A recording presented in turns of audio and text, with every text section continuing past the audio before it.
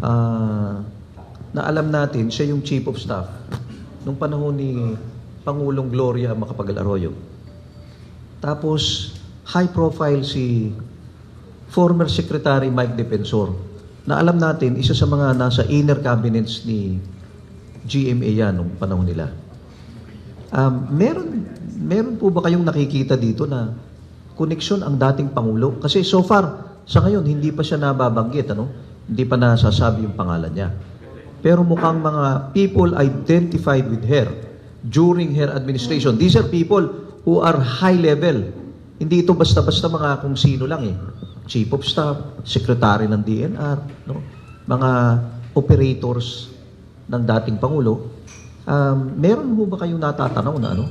Na may possibly participation? Alam naman ng lahat na ang kampo ni GMA at kampo ni Duterte ay magkaalyado. So, magkakasama yan. You can lump them all together. They have aligned interests. Marami pang personalities na i-mention ko sa iyo, siguro off the record. Yun yung so far na mga lumalabas.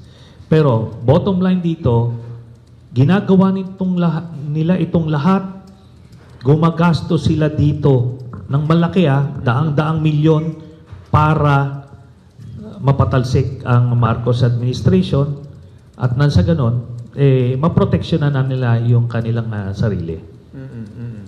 Okay.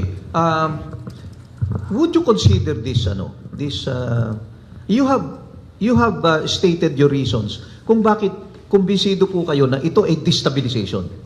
And as I said, you would be in the best position to really determine kung ang isang bagay ay destabilization o hindi. Sa tingin niyo ba, this is a serious enough destabilization? Compared to, base sa bilang ko siguro pang-6 o pang-7 na to na attempt ng Duterte camp na patalsikin ang Marcos administration. Maaring hindi na nararamdaman yan o hindi kasi overt as yung ginawa namin na talagang lantaran. Sa kanila, may mga plano to instigate a public outrage pero kinakapos.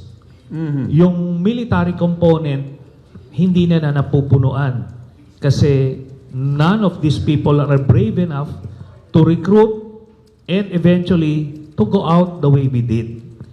So, yun kasi ang pinakang base sa aking pagpupulong sa mga contacts ko sa military, ang issue sila unang-una, si Sara ang makikinabang. Si Sara, kung mapatalsik si President Marcos, si Sara ang uupo, si Sara pro-China. Yan yung deal breaker sa mga military. Pangalawa, ito, in so many conversations with military officers, alam nila si Sara may diferensya sa pag-iisip. I'm not, I'm not sugarcoating anymore. I'm saying it as it is. Alam nila si Sara may diferensya sa pag-iisip. At kung siya magiging presidente ng Pilipinas, malalagay sa kapahamakan ang sambayanan. So, yun yung mga deal breakers. Tapos, itong mga, another one, yung mga Duterte na retired generals, yung mga inlalagaan nila noon, hindi rin gusto si Sara. Ang gusto nila, transition government. So, may mga ganong, internal dynamics. You're talking of the likes of General Pokis. Yan. Sila. Yung mga ganon, yung mga retired gusto nila, kami na. Di ba? Hindi si Sara. Hindi si Sara. Kasi alam din nila yung kakulangan ni Sara. Okay. Di ba? So, pero sa mga active, two major issues, si Sara maka-China at may diferensya sa pag-iisip. Okay. Yun. So this is an inside view of the thinking within the military circles. Yes. Success or failure of a destabilization process. Yes.